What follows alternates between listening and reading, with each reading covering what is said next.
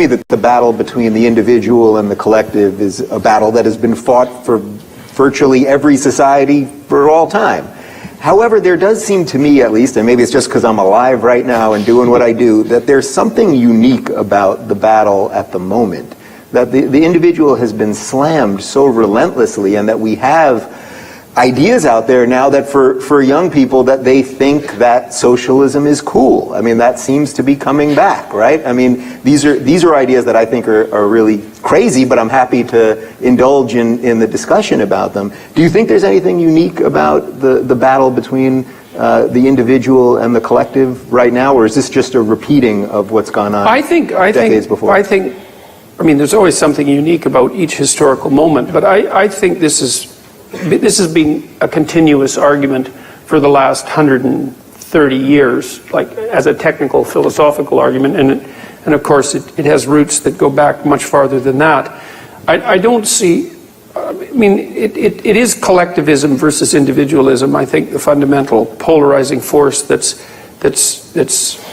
at work at the moment. And the issue with the collectivist types is whether or not they're collectivist because they care about the dispossessed, which is their fundamental claim, or whether they're collectivist because they don't want to bear any of the responsibility that would go along with being a responsible individual. And you know, I'm always skeptical of the saint-like moral claims that are put forth by people who are pushing a given ideology. And I'm skeptical about that on my part too. I mean, the people who criticize my perspective say, look, Dr. Peterson, you're not, or maybe they call me something a lot less flattering than that. You know, they say you're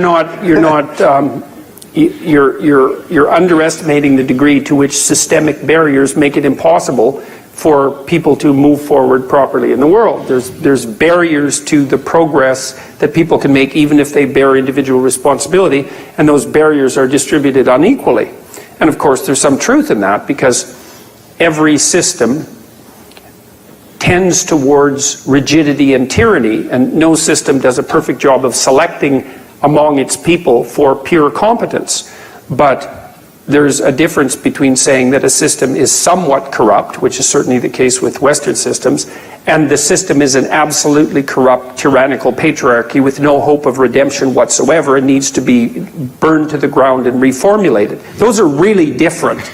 And, you know, it's also possible to be sensible and say, well, look, I mean, obviously, the manner in which people are selected for success in our society is imperfect, but also to note, well, imperfect compared to what exactly? Like to your hypothetical utopian perfection, which you would self-generate if you were given ultimate power, because that's really the comparison, or to our societies in the past, because we're doing a lot better now than we were, or compared to every other society that's ever existed since the dawn of time, by which standard we're doing so insanely well that it's actually almost unbelievable.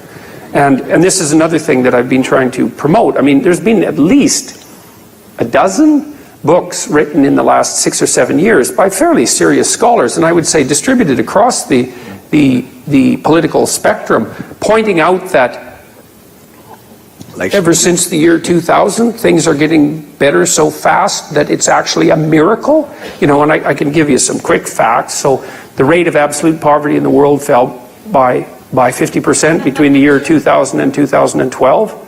So that's a staggering achievement. It was 3 years faster than the most optimistic projections of the UN. So we actually beat an optimistic UN projection. So there are more, well, it's absolutely beyond belief. There are more forests in the Northern Hemisphere now than there were 100 years ago. The child mortality rate in Africa is now lower than it was in Europe in 1950, which is just beyond belief. The fastest growing economies in the world are in sub-Saharan Africa. About 300,000 people, I can't remember if it's a day or a week, but it doesn't matter, although it would be better if it was a day, obviously, are being plugged into the electrical grid. So increasingly people have universal access to fresh water.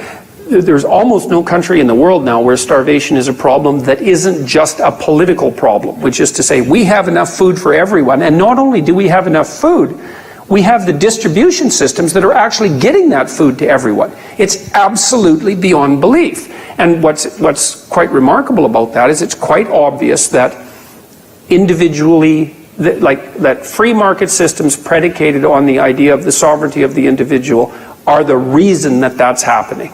So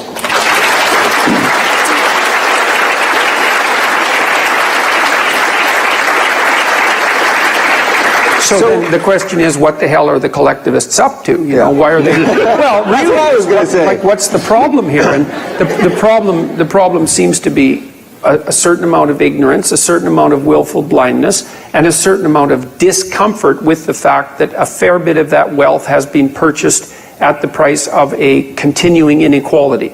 We don't know how to generate wealth without also generating inequality. And I actually don't think that you can generate wealth without generating inequality. And that's something that's worth endlessly discussing. I think Yaron might have a little something to say about inequality. Yeah, since I wrote a book about that. Yeah. I mean, I like to say in brief, right? Inequality is a feature of freedom, not a bug. It just comes with freedom. You're absolutely right. You cannot create wealth without inequality. And there's nothing wrong with inequality. There's nothing bad about inequality. There's nothing morally offensive about inequality. And in particular, given that what happens is that everybody's getting richer. Everybody gets richer. They just get richer at a different pace. And the reason they get richer at a different pace is because they're producing different quantities of value. The people who actually get very rich in a free market, now we don't have a pure free market and all kinds of problems with the system we have, but in a free market you only gain those values that you produce.